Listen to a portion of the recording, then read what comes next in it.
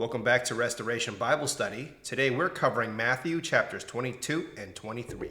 And again, Jesus spoke to them in parables, saying, "The kingdom of heaven may be compared to a king who gave a wedding feast for his son, and sent his servants to call those who were invited to the wedding feast, but they would not come. Again, he sent other servants, saying, 'Tell those who are invited, see, I have prepared my dinner. My oxen and my fat calves have been slaughtered, and everything is ready. Come to the wedding feast.' But they paid no attention and went off, one to his farm, another to his business, while the rest seized his servants, treated them shamefully, and unalived them. And the king was angry, and he sent his troops and destroyed those unalivers and burned their city. Then he said to his servants, 'The wedding feast is ready, but those who were invited were not worthy. Go therefore to the main roads and invite to the wedding feast as many as you can find.' And those servants went out into the roads and gathered all whom they found, both bad and good. So the wedding hall was filled with guests. But when the king came in to look at the guests, he saw there a man who had no wedding garment. And he said to him, 'Friend, how did you get in here without a wedding garment?' And he was speechless. Then the king said to the attendants, 'Bind him hand and foot and cast him into the outer darkness. In that place there will be weeping and gnashing of teeth, for many are called, but few are chosen.'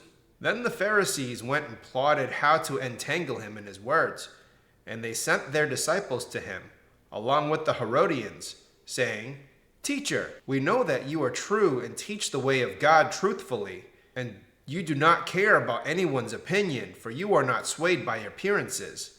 Tell us then, what you think. Is it lawful to pay taxes to Caesar or not?' But Jesus, aware of their malice, said, 'Why put me to the test, you hypocrites? Show me the coin for the tax.'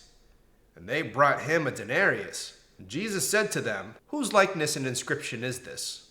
They said, 'Caesar's.' Then he said to them, 'Therefore render to Caesar the things that are Caesar's, and to God the things that are God's.' When they heard it, they marveled, and they left him and went away. The same day the Sadducees came to him, who say that there is no resurrection, and they asked him a question, saying, 'Teacher, Moses said, if a man dies having no children, his brother must marry the widow and raise up offspring for his brother. Now there were 7 brothers among us. The first married and passed away, and having no offspring left his wife to his brother. So too the second and the third, down to the 7th. After them all, the woman perished. In the resurrection, therefore, of the 7, whose wife will she be? For they all had her.' But Jesus answered them, 'You are wrong, because you know neither the Scriptures nor the power of God. For in the resurrection they neither marry nor are given in marriage, but are like angels in heaven. And as for the resurrection of the dead, have you not read what was said to you by God? I am the God of Abraham, and the God of Isaac, and the God of Jacob? He is not the God of the dead, but of the living.' And when the crowd heard it, they were astonished at his teaching. But when the Pharisees heard that he had silenced the Sadducees, they gathered together. And one of them, a lawyer, asked him a question to test him. 'Teacher, which is the great commandment in the law?' And he said to him, 'You shall love the Lord your God with all your heart, and with all your soul, and with all of your mind. This is the great and first commandment. And the second is like it. You shall love your neighbor as yourself. On these 2 commandments depend all the law and the prophets.' Now while the Pharisees were gathered together, Jesus asked them a question, saying, 'What do you think about the Christ? Whose son is he?' And they said to him, 'The son of David.' Then he said to them, 'How is it then that David, in the Spirit, calls him Lord, saying, the Lord said to my Lord, sit at my right hand until I put your enemies under your feet? If then David calls him Lord, how was he his son?' And no one was able to answer him a word, nor from that day did anyone dare to ask him any more questions." Chapter 23. Then Jesus said to the crowds and to his disciples, "The scribes and the Pharisees sit on Moses' seat. So do and observe whatever they tell you, but not the works that they do. For they preach, but do not practice. They tie up heavy burdens, hard to bear, and lay them on people's shoulders, but they themselves are not willing to move them with their finger. They do all their deeds to be seen by others, for they make their phylacteries broad and their fringes long. And they love the place of honor at feasts, and the best seats in the synagogues, and the greetings in the marketplaces, and being called rabbi by others.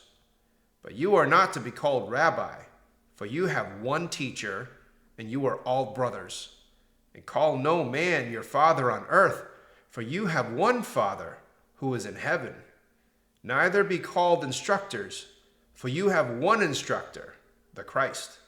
The greatest among you shall be a servant. Whoever exalts himself will be humbled, and whoever humbles himself will be exalted. But woe to you, scribes and Pharisees, hypocrites! For you shut the kingdom of heaven in people's faces.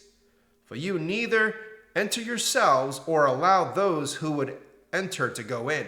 Woe to you, scribes and Pharisees, hypocrites!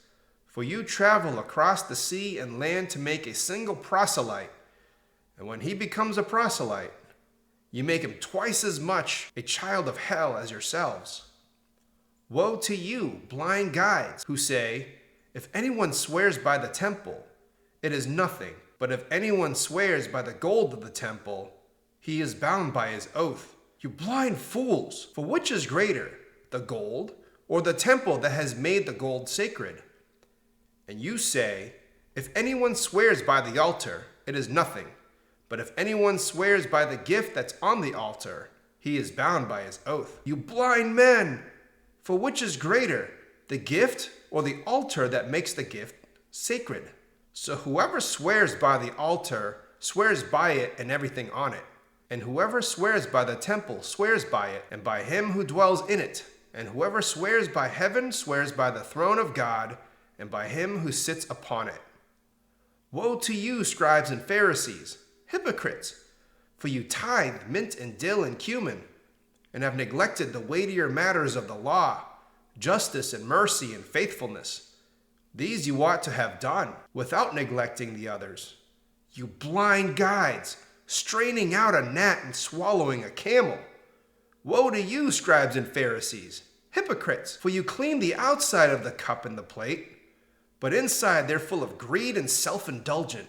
You blind Pharisee, first clean the inside of the cup and the plate, that the outside may also be clean. Woe to you, scribes and Pharisees, hypocrites! For you are like whitewashed tombs, which outwardly appear beautiful, but within are full of dead people's bones and all uncleanness. So you also outwardly appear righteous to others, but within you are full of hypocrisy and lawlessness. Woe to you, scribes and Pharisees, hypocrites! For you build the tombs of the prophets and decorate the monuments of the righteous, saying, if we had lived in the days of our fathers, we would not have taken part with them in the shedding of the blood of the prophets. Thus you witness against yourselves that you are sons of those who unalive the prophets. Fill up, then, the measure of your fathers, you serpents, you brood of vipers. How are you to escape being sentenced to hell?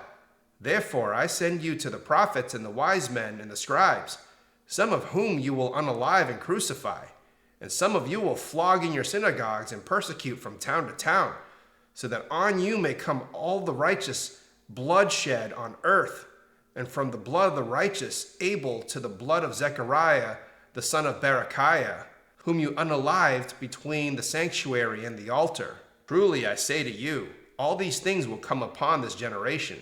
O Jerusalem, Jerusalem, the city that unalives prophets and stones those who are sent to it.